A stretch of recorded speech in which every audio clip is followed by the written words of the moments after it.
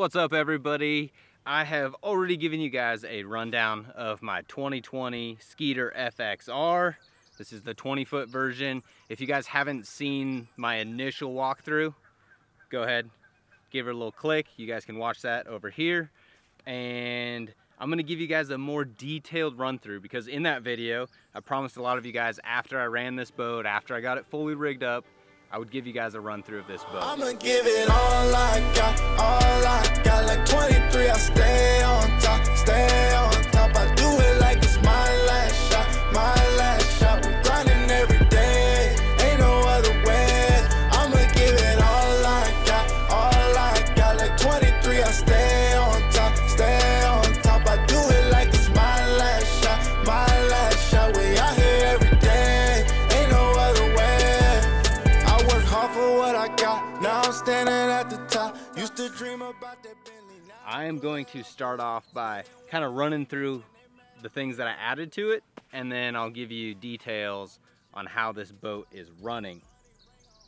It's amazing. So check it out up front. Right here on the front, Minn Kota Old Trex 112. I've got the 52-inch shaft because as you can see here, I've got it raised. It's got an infinite shaft. So as long as I don't raise it too high where it's gonna hit my Mega 360, we are good. So got that bad boy right there rigged up.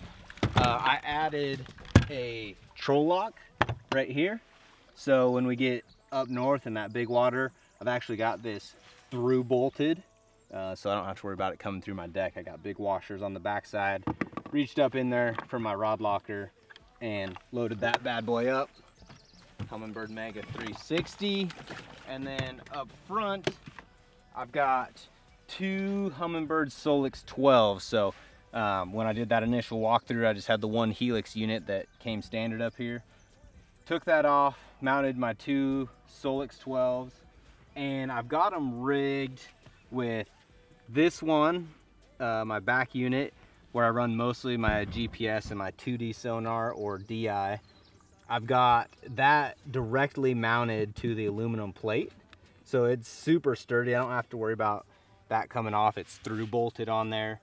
And then my front unit, I've actually got a single dash mount from ProSize Outdoors. It's called a dek-it mount. And it's a single dash mount. And it gives me just enough angle. So if you guys slide behind me on this side, you can see how I've got this mounted. So it's through bolted to this aluminum plate from Skeeter, and that allows me to have a compact, low profile setup, and that dek-it mount gives you just the right angle to be able to get that gapping in the space you need. And then added the Talon foot switch, so it's all Bluetooth, no wires or anything, just screw it down to the deck, and it is linked to both my Talons on the back. Already talked about the trim switches and all that. You guys see that in the other video. Foot pedal. I'm different than most guys. I usually don't screw my foot pedal down. I've never had any issues with it my entire time on tour. And if I ever need to get anything or just even cleaning it out, I don't want to have to take screws out to clean it out underneath there. So I can just pick it up, clean it out.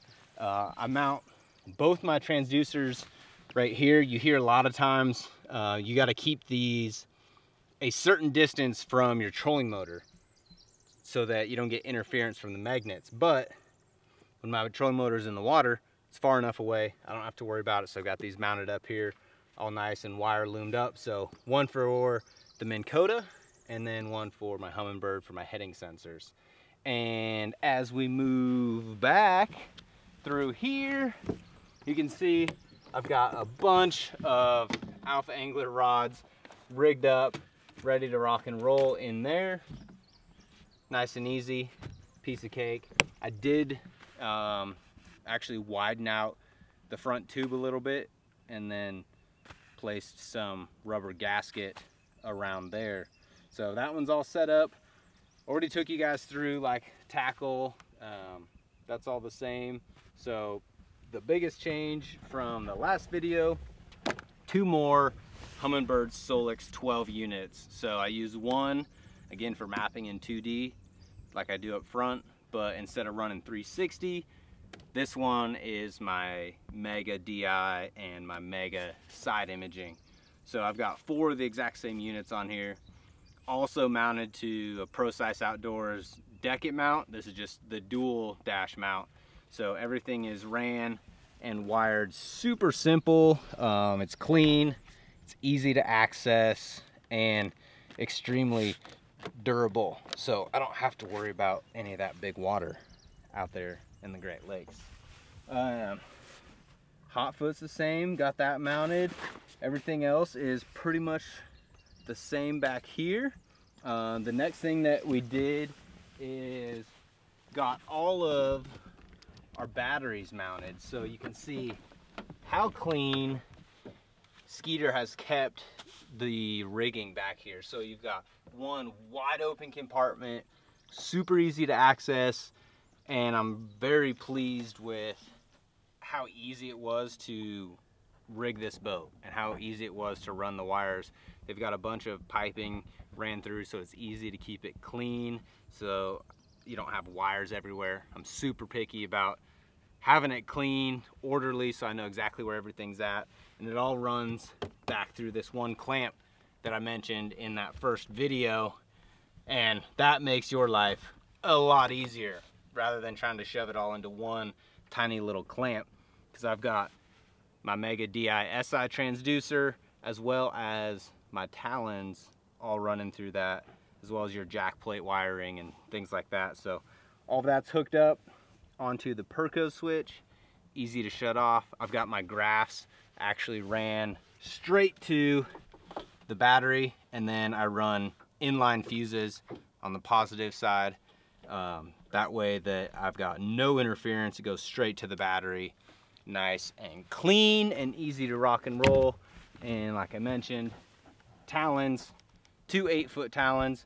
I've ran 10-footers and I've ran 8-footers. I went with the 8s again this year. I like how low profile they are on the boat, and you don't have to worry about them sitting up over the top of your Yamaha. And really, with having spot lock, I don't drop my talons in deeper than 8 foot of water really. So I just use them for shallow stuff when I don't want the motor running and creating any of the disturbance, you know, creating mud and stuff like that. So that's pretty much it. You know, all the rest of it was on the boat when we talked to you the first time. The only other thing to do is talk to you guys about how this boat runs. And it is amazing how well this boat drives. Like, I had heard a lot of stories, and I think I mentioned that in my first video as well, of how well everybody said this boat had driven, those that had made it down to the dealer meeting and test drove it. And I was blown away the first day that I took this out. I just went and found some boat wakes, and the first ones that I drove over, you can instantly tell that this is a completely different hull than the previous FX. And I think it's the best hull that Skeeter's ever built. It is so smooth. When you go over those first boat wakes, you notice it. It just cuts right through. And a lot of that has to do with the design on the bottom. The larger strakes that they added into it, it cuts the water. So you're not bouncing off of it. You cut through it. You ride up nice and smooth on top of them. And you don't have any like jarring or anything. It's extremely, extremely smooth. The other thing is fast. It is faster than my FXRs have been the last few years. It gets up, it gets a lot of lift, and it really rides good in those rougher water situations, right? You get a 1-2 foot chop, you can get up on top of the waves, you can lift, you can ride, and you can still fly. You know, this boat, fully loaded, all my tackle, batteries, you know, those are 4 Group 31 AGMs, they're heavy, and all the talons, everything on here. And this boat with me, a Marshall, in, you know, down south it's running low 70s, 72, 73-ish, with 2 guys in it loaded down. And by myself up north, it's running, or sorry, with 2 guys up north, it runs like probably 71, 71 and a half. And I'm running the 25 T1 prop. So it's a little insight for you guys. Phenomenal boat. It's my favorite Skeeter that I've ever owned, and looking forward to spending some more time in this boat. We've only had one tournament yet this year, but it's gonna be a good one, especially when we get up north in the big water. So if you guys are interested in finding out more, you guys can go to skeeterboats.com and learn there, or just go find your local dealer. I suggest you guys go take a test drive because this thing is sweet. Can I drive though? No. Dang. You can't drive. Make sure my casket dipped in gold. Get money all in all. I'ma give it all